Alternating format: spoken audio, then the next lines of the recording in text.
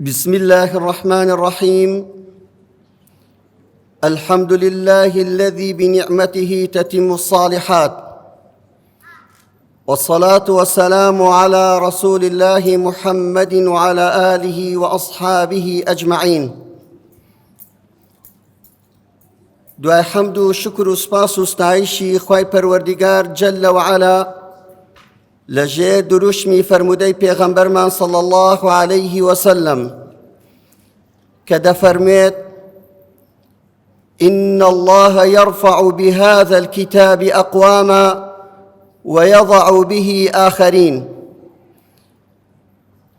لمزگەوتەکەمان مزگەوتی ڕێگای بەهەشت ڕۆژی دووشەممە ڕێکەوتی 29 هەشتی 2022 ئاهەنگی کۆتایی خولی هاوینەی مزگەوتەکەمان خولی فێربوون و لەبەرکردنی قورئانی پیرۆز دوای نوێژی عەسر ساز دەکەین.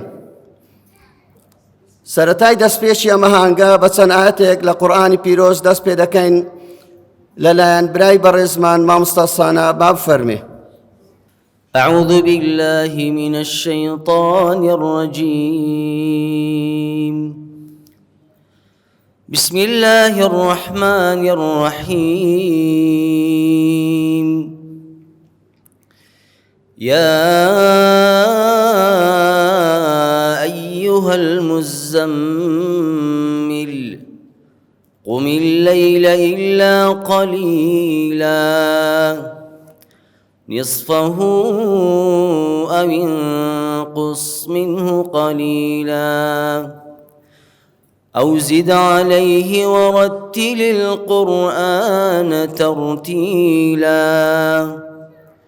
إنا سنلقي عليك قولا ثقيلا إن ناشئة الليل هي أشد وطئا وأقوم قيلا إن لك في النهار سبحا طويلا واذكر اسم ربك وتبتل إليه تبتيلا رب المشرق والمغرب لا إله إلا هو فاتخذه وكيلا واصبر على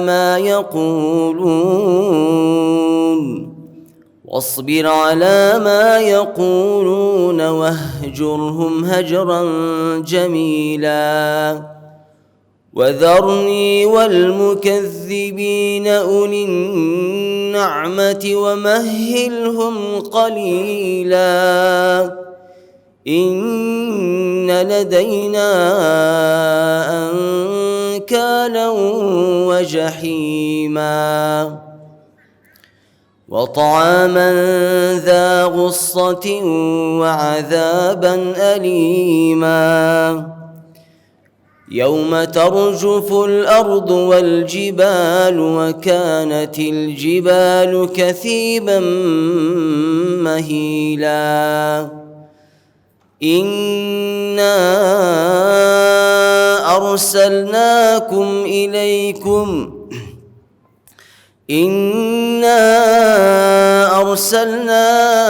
إليكم رسولا شاهدا عليكم كما أرسلنا إلى فرعون رسولا فعصى فرعون الرسول فأخذناه أخذا وبيلا فكيف تتقون إن كفرتم يوما يجعل الولدان شيبا السماء منفطر به كان وعده مفعولا إن هذه تذكرة فمن شاء اتخذ إلى ربه سبيلا صدق الله العظيم. خوای پەروەردیگار پاداشتی بەخێری مامۆستای بەڕێزمان مامۆستا سانە بداتەوە. بەڕێزانم ئێستاش وتارێک لەلایەن وتار خوێنی مزگەوتمان مزگەوتی ڕێگای بەهەشت مامۆستا مەلا فاتح ڕەسوول شارستێنی باجەنابی فەرمێت. بسم الله الرحمن الرحيم الحمد لله رب العالمين والصلاة والسلام على سيدنا وحبيبنا محمد وعلى آله وأصحابه أجمعين. برایانی بەڕێزم، خوشکانی ئازیز، ئامادەبوانی پیرۆستترین کۆڕ و دانیشتنێک بۆ دەستخۆشی و پیرۆزبایی لە کۆمەڵێک کەسی فێربوو فێرخوازی قورئانی پڕ بەرەکەت و بەخشش. بە ناوی خۆم و برای خۆشەویست و بەڕێزم بنیادنەری مزگەوتی ڕێگای بەهەشت کاک فەرهادەوە پیرۆزبایی لە یەک بە یەکی ئەو خوێندکارە و کوڕ و کچانە دەکەم کە ئەم ساڵ لە مزگەوتی ڕێگەی بەهەشتا بەشداری فێربوونی قورئانی پڕ بەرەکەت و بەخششیان کرد. دەستخۆشی لەو مامۆستا ئازیز و بەڕێزانە دەکەم کەوا ماندوو نەناسانە خۆبەخشانە فی سەبیلی الله تەنها لە پێناوی ڕەزامەندی خوادا لە وەختی خۆیان و ماڵ و مناڵیان گرت و ئیسراحەت و پشووی هاوینەیان بەخشی بە خزمەتکردنی قورئانی پیرۆز و نەوەکانی ئێمە. دەستخۆشی لەوە دایک و باوکە بەڕێزانەی وەکو جەنابتان کە منداڵەکانیان ناردە مزگەوتەکەمان و متمانەیان بەستافی مزگەوت و ئەو مامۆستا بەڕێزانە بوو کە فێری قورئانیان بکەن. ئەم کۆڕ و مەجلیسە پیرۆزانە لەم خاشی پڕ بەرەکەتی کوردستانەدا بەویست و ڕەحمەتی خوای گەورە جار بۆ جار زیاد دەکەن و نمونەی ئەم کۆڕانە لە هەموو مزگەوتەکانیشا دەگیرێ. حەز دەکەم ئاماژە بە 4 خاڵ بکەم لە خزمەت جەنابتاندا. خاڵی یەکەم، مەمانەن وەکو بەندە وەکو خۆی لە شاری سلێمانیەوە ئەمڕۆ هاتین کە بەشداری ئەم خولە بکەین. دیارە من وەکو خۆم مامۆستا نەبووم لێرە و ئەرکێکمان لەسەر شان نەبووە. هاتنم لێرە لەگەڵ برای خۆشەویستم کاک فەرهاد و زۆرێک لەو بەڕێزانەدا بۆ یەک مەبەست بوو. ئەویش ئەوەیە پێغەمبەری خوا صلی الله عليه وسلم وەکو لە صحیحی بوخاریدا بە ژمارە فەرموودەی 5027 هاتووە دەفەرمێ: خەیڕکم من تعلم القورآن وعلمه. باشترین کەس، چاکترین کەس لە ناو ئومەتی محەممەدا صلی الله عليه وسلم کێیە؟ من کەسێکە. جا ئەو کەسە لە مناڵێکەوە، لە بەتەمەنێکی بەڕێزەوە، لە گەنجێکەوە، لە ڕەگەزی نێر بێ یان ڕەگەزی مێ بێ، کچ بێ یان کوڕ بێ، ژن بێ یان پیاو بێ، فەرق ناکە. هەر کەسێک خۆی یەکلایی کردەوە، خۆی تەرخان کرد بۆ ئەوەی قورئان فێر بێ. ئەوە یەکەم. وعلمە، دوای ئەوەی کە فێریشی بوو ڕانەوەستا فێری خەڵکیشی کرد، ئەوە باشترین کەسی ناو ئومەتی محەممەد صلی الله عليه وسلم. کەواتە هەردوو چین لێرەدا لەناو ئەم کۆڕ و دانیشتنەدا بوونیان هەیە. بە نەسی فەرموودەی خۆشەویستمان صلی الله عليه وسلم باشترین خەڵکەکان ئێستا لەم مزگەوتەدان ئەوانەی تعلمە فێرخوازی فێربوونی قورئانن، ئەوانەی فێرکار و مامۆستاکانیانن، هەردووچیان وعلمە. مامۆستا و فێرخواز هەردووچیان باشترین کەسانی ئەم ئومەتی ئیسلامن. ئەو کەسەش کەوا لەگەڵ ئەم کۆمەڵە بەڕێزەدا بێ بە دڵنیاییەوە بەرەکەتی بەسەرا دەڕژێ. ئامادەبوونی ئێمەش هەر ئەوە بوو بەشێک لەو بەرەکەت و ڕەحمەتەی کە خوای گەورە لەسەر زمانی پێغەمبەر صلی الله عليه وسلم بە باشترین خەڵقی خوای داناون لەسەر زەویدا، فێرخوازانی قورئان و فێرکارانی قورئان، قوتابیان و مامۆستایانی قورئان، ئەوەی لەو کۆڕ و مەجلیسەشا بێ بەویستی خوای گەورە بە بۆنی عەتری ئەوان بۆن خۆش دەبێ. ومێدەوارم هەر یەکێک لە ئێمە لەو عەتر و گوڵاوەی کە لە ئاسمانەوە بەدەستی فریشتەکان بەسەر ئەم جەمعە مبارەکەدا دەڕژێ بەشێکمان لەو گوڵاو بۆن خۆشە بەردەکەوێ.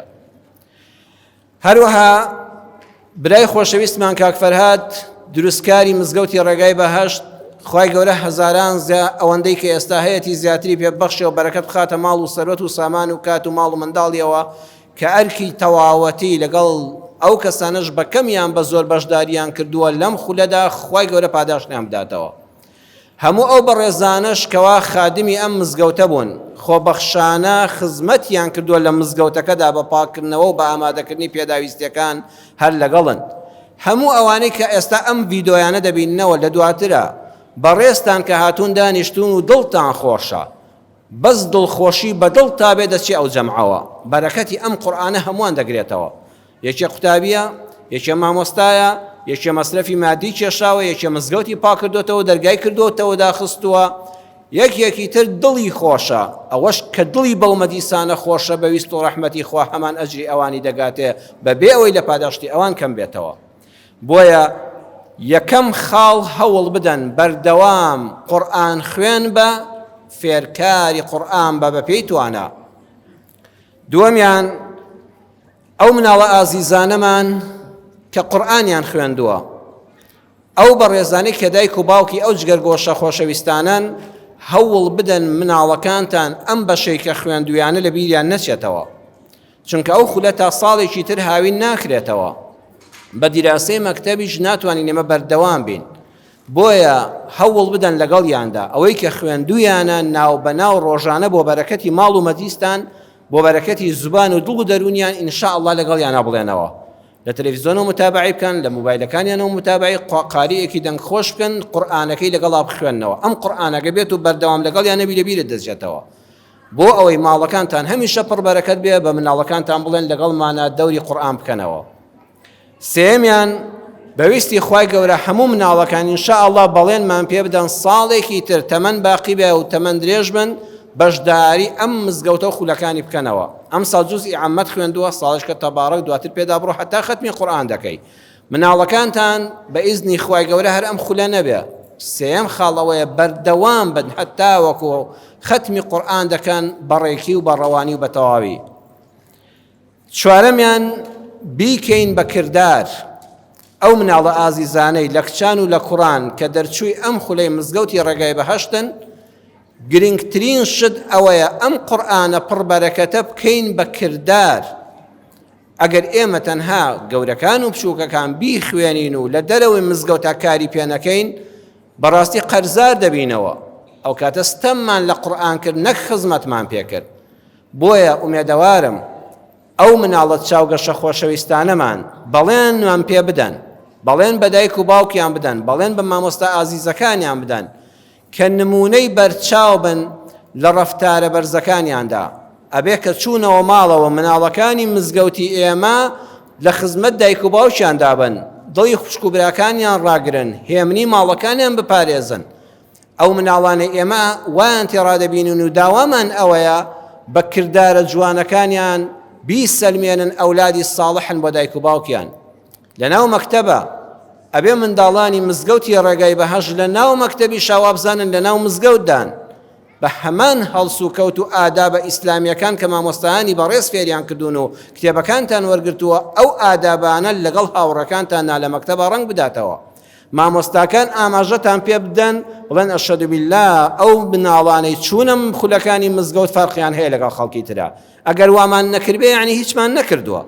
ئەبێ هەموو ڕۆژێ بەبیری مناڵەکانیشمانی بخەینەوە. ئێمەی دایک و باوکانیش ڕۆڵی گیان تۆ قوتابی مزگەوت بووی، ئەبێ لە ناو پۆلەکەتە فەرقت هەبێ لەگەڵ خەڵکی ترە، لەگەڵ قوتابی ترە، پێتەوە دیار بێ کە تۆ ئەم ساڵ لە خزمەت قورئان و مامۆستایانی مزگەوت و ماڵی خوادا بووی. لە کۆڵاندا دەبێ مناڵانی ئێمە ڕنگدانەوەیان پێوە دیار بێت لە سەلامەتی و بێوەیی و بوونی ڕەحمەت بەسەر ئەهلی کۆڵانەکەدا کە عەزیەتی دراوسەیەک، هاوڵاتیەک، ڕێبوارێک، ئۆتۆمبیلێک، شەقامێک نادەن، ژینگەیەک پیس ناکەن، چونکە ئەوانە پەروەردەی قورئانن. واللهی ئەم قورئانە تاکە شتێکە لەسەر زەویدا ماوەتەوە و تا قیامەتیش بەدەستکاری نەکراوی دەمێنێتەوە.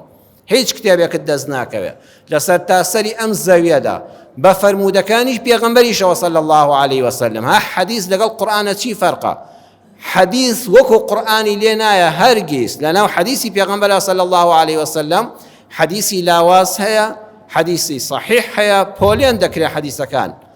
جار هەیە خەڵک هەیە بەدەم پێغەمبەرەوە صلی الله علیه وسلم حەدیثی هەڵبەستووە درۆی هەڵبەستووە، بەڵام ئەو قورئانەکە کەلامی خوایە تاکە کتێبی سەرزەویە هەرگیز و هەرگیز دەستکاری ناکرێت.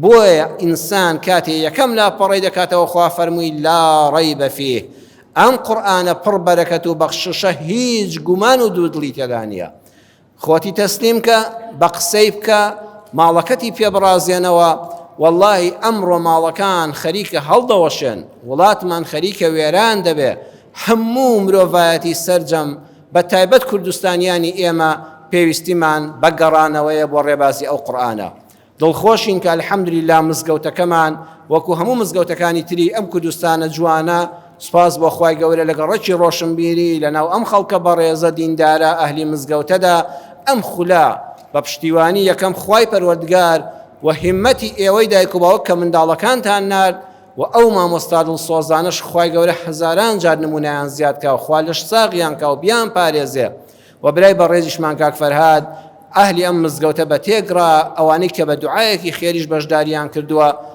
چاومان گەشت بوو دڵمان خۆش بوو خوای گەورە لە ئەهلی قورئان قبوڵمان بکا و وەرمان بگرێ ومێدی سەرکەوتنتان بۆ دەخوازم هەمیشە بە شادی و بە دڵخۆشی ئاوا بتانبینمەوە یا ڕەبی خوا لەسەر حەوزی کەوسەری پێغەمبەریش صلی الله عليه وسلم ئەهلی ئەم مزگەوتە و دانیشتوانی ئەم کۆڕە بە خوشکان و برایانەوە هەمومان بەدەستی پێغەمبەر صلی الله عليه وسلم ئاوی کەوسەر بخۆینەوە خوا جەزای بەخێری هەموو لایەکتان بداتەوە والسلام عليكم ورحمة الله وبركاته.